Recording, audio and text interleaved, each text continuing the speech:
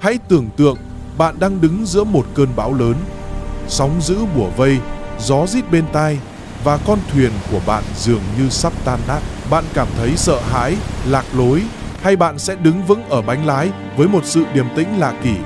Tôi biết cuộc đời ngoài kia cũng chẳng khác gì cơn bão đó, mất mát, đau đớn, những chuyện không như ý cứ ập đến như muốn nhấn chìm bạn. Nhưng hãy nghe tôi nói này, bạn không sinh ra để bị đánh bại bởi những thứ đó. Hôm nay, tôi sẽ không dạy bạn cách trốn tránh cơn bão, tôi sẽ chỉ cho bạn cách trở thành chính cơn bão đó. Đây không phải là những lời khuyên rẻ tiền trong mấy cuốn sách làm giàu nhanh. Đây là những bài học được viết bằng máu và nước mắt của những người anh đi trước, những người đã nếm trải đủ đắng cay nhưng vẫn đứng thẳng kiêu hãnh. Đừng vội tắt video này nếu bạn cảm thấy mình đang bị cả thế giới đè nặng. Đây chính là bước ngoặt mà bạn đang tìm kiếm. Hãy ở lại đây với tôi đến cuối cùng, vì người bản lĩnh không bao giờ bỏ cuộc giữa chừng. Điều 1.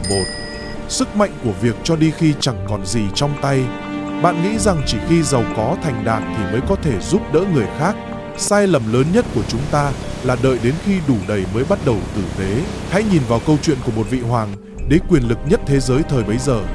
Ông ấy có tất cả, từ vàng bạc đến quyền sinh quyền sát trong tay. Nhưng khi đại dịch ập đến, khi người dân lầm than và đế chế bên bờ vực sụp đổ, vị vua ấy đã làm một điều mà không ai ngờ tới. Ông không trốn trong cung điện nguy nga để hưởng thụ sự an toàn. Ông bắt đầu đem bán tất cả những vật báu, những biểu tượng của quyền lực hoàng gia để lấy tiền cứu trợ dân nghèo. Đó không phải là làm màu, đó là sự hy sinh tận cùng của một người bản lĩnh. Ông ấy hiểu rằng giá trị thực sự của một con người không nằm ở những thứ ông ta nắm giữ, mà nằm ở những thứ ông ta sẵn sàng buông bỏ vì người khác. Trong thế giới hôm nay, người ta dạy bạn phải vơ vét, phải giữ cho riêng mình. Nhưng tôi muốn bạn hãy thử làm ngược lại. Khi bạn thấy mình bế tắc nhất, hãy thử giúp đỡ một ai đó còn khó khăn hơn mình. Sự điềm tĩnh sẽ đến khi bạn nhận ra mình vẫn còn giá trị để cho đi. Phẩm chất của bạn không được định nghĩa bằng số dư tài khoản, mà bằng cách bạn đối xử với đồng loại trong lúc khốn cùng nhất. Đó mới là sức mạnh tâm trí thực sự. Điều 2. Khi cánh cửa này đóng lại, chính là lúc con đường mới bắt đầu. Đã bao giờ bạn đâm sầm vào một bức tường chưa? Bạn cố gắng hết sức cho một công việc, một mối quan hệ, nhưng cuối cùng mọi thứ đổ vỡ. Cảm giác đó đau đớn như bị ai đó bóp nghẹt lồng ngực. Nhưng nghe này, người bản lĩnh không nhìn thấy bức tường, họ nhìn thấy một biển chỉ dẫn. Mọi trở ngại trong đời không phải để ngăn cản bạn, mà là để rèn luyện bạn. Khi đời tát bạn một cú, thay vì ngồi đó than thân trách phận, hãy đứng dậy và hỏi: bài học ở đây là gì? Tôi có thể làm gì khác đi? Sự điềm tĩnh không có nghĩa là bạn không biết đau. Sự điềm tĩnh là khi bạn nén cơn đau lại để tìm một lối đi khác. Giống như dòng nước, khi gặp tảng đá chắn ngang, nó không dừng lại, nó lách qua, nó chảy vòng, hoặc nó tích tụ sức mạnh để vượt lên trên tảng đá đó. Mọi khó khăn đều mang trong mình hạt mầm của một cơ hội lớn hơn. Việc của bạn là đừng để cảm giác thất bại làm mờ mắt. Hãy nhớ, cách bạn phản ứng với nghịch cảnh mới chính là thứ quyết định bạn là ai.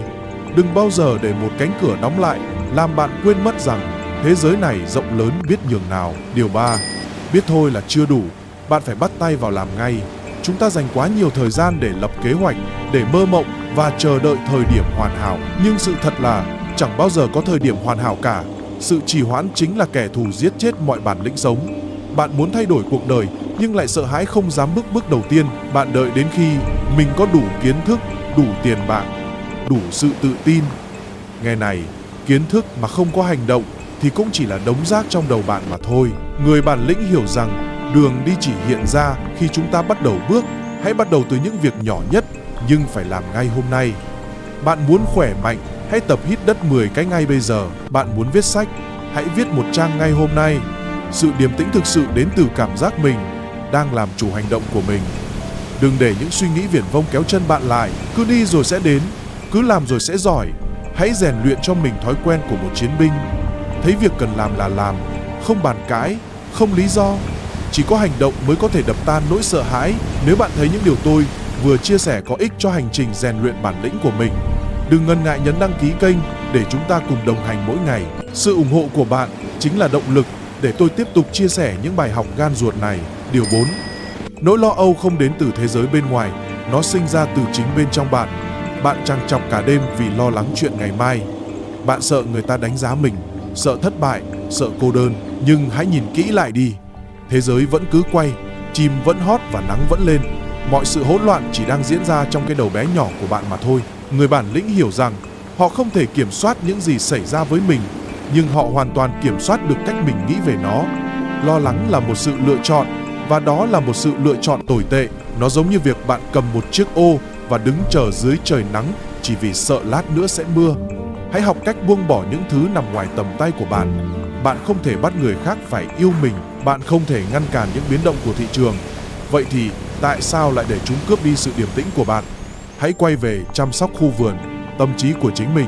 Khi bên trong bạn vững chãi thì bão tố ngoài kia cũng chỉ là những cơn gió thoảng qua. Hãy hít một hơi thật sâu và tự nhủ với bản thân, chuyện này rồi cũng sẽ qua và tôi đủ bản lĩnh để đối diện với nó. Điều 5. Cách bạn bắt đầu buổi sáng sẽ quyết định cả cuộc đời bạn. Anh bạn ạ, hãy nhìn lại xem những buổi sáng của bạn diễn ra như thế nào. Có phải bạn thường xuyên bị đánh thức bởi tiếng chuông báo thức trong sự mệt mỏi, rồi bạn vơ lấy chiếc điện thoại, lướt tin tức, xem người ta khoe khoang và tự chuốc lấy sự đố kỵ vào người ngay từ khi chưa kịp đánh răng? Đó không phải là cách một người bản lĩnh bắt đầu ngày mới. Người có sức mạnh tâm trí thực sự luôn dành cho mình một khoảng lặng vào buổi sáng. Họ thức dậy sớm, không phải vì bị ép buộc, mà vì họ khao khát được làm chủ cuộc đời mình. Vị vua mà tôi kể với bạn ở trên, ông ấy thường dành thời gian sáng sớm để viết lách, để đối thoại với chính mình. Ông ấy dùng những trang giấy để nhắc nhở bản thân về những giá trị mà mình theo đuổi. Việc này giống như bạn đang mài sắc con dao của mình trước khi bước vào cuộc chiến. Một buổi sáng có kế hoạch, có sự tĩnh lặng sẽ giúp bạn có một ngày điềm tĩnh.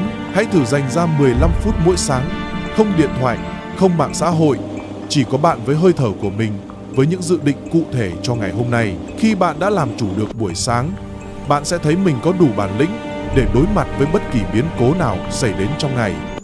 Đừng để cuộc đời kéo bạn đi, hãy là người cầm lái ngay từ khi mặt trời chưa mọc. Điều 6. Khắt khe với bản thân nhưng hãy bao dung với người khác. Đây là một bài học cực kỳ khó thấm, nhưng lại là chìa khóa để bạn đạt đến sự điềm tĩnh tối thượng. Đa số chúng ta thường làm ngược lại. Chúng ta nuông chiều bản thân, dễ dãi với những thói xấu của chính mình, nhưng lại cực kỳ gay gắt với sai lầm của người xung quanh. Người bản lĩnh sống với một bộ quy tắc thép cho chính họ. Họ tự rèn luyện kỷ luật, tự ép mình vào khuôn khổ và không bao giờ bao biện cho sự lười biếng. Nhưng khi nhìn ra thế giới, họ hiểu rằng mỗi người đều có một cuộc chiến riêng mà mình không hề hay biết. Người ta đối xử tệ với bạn có thể vì họ đang mang trong lòng những nỗi đau không thể nói thành lời. Người ta làm sai có thể vì họ chưa có đủ nhận thức hoặc sự giáo dục. Thay vì nổi giận và phán xét, hãy chọn sự thấu hiểu. Hãy nhớ rằng bạn không có quyền thay đổi người khác, nhưng bạn có toàn quyền điều khiển cách mình phản ứng. Việc bạn giữ được sự tử tế trước một kẻ thô lỗ chính là minh chứng rõ nhất cho bản lĩnh của bạn. Đừng để sự yếu đuối của người khác kéo bạn xuống ngang hàng với họ. Hãy giữ lấy tiêu chuẩn cao nhất cho chính mình và để thế gian diễn ra theo cách của nó. Điều 7. Xem những kẻ khó ưa như là những người thầy rèn luyện ý chí. Trong cuộc đời này, bạn sẽ gặp đủ loại người, những kẻ đố kỵ, những người thích đâm sau lưng hay những người chỉ trực chờ để dìm bạn xuống. Thông thường, chúng ta sẽ thấy bực bội và tìm cách đáp trả, nhưng người bản lĩnh lại mỉm cười và thầm cảm ơn họ. Tại sao vậy? Bởi vì không có môi trường nào rèn luyện sự điềm tĩnh tốt hơn là đứng trước một kẻ đang cố tình chọc giận bạn. Nếu tất cả mọi người đều tử tế, bạn sẽ chẳng bao giờ biết sức chịu đựng của mình đến đâu. Mỗi khi gặp một người khó ưa, hãy coi đó là một bài kiểm tra cho sức mạnh tâm trí của bạn.